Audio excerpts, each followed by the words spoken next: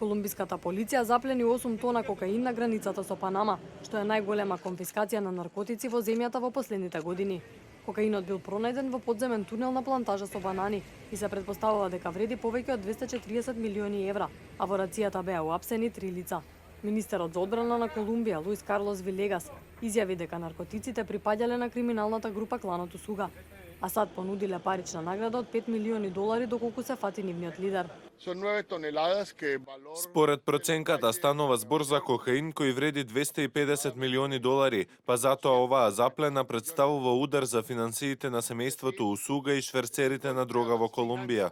По заплената, на својот Твитер профил, председателот на Колумбија Хуан Мануел Сантос напиша дека освен што станува збор за најголемата конфискација на наркотици во историјата, заплената на кокаинот представува и голем удар врз криминалците. Според извештаите на Обединетите нации, во Колумбија се произведува 442 тони кокаин годишно.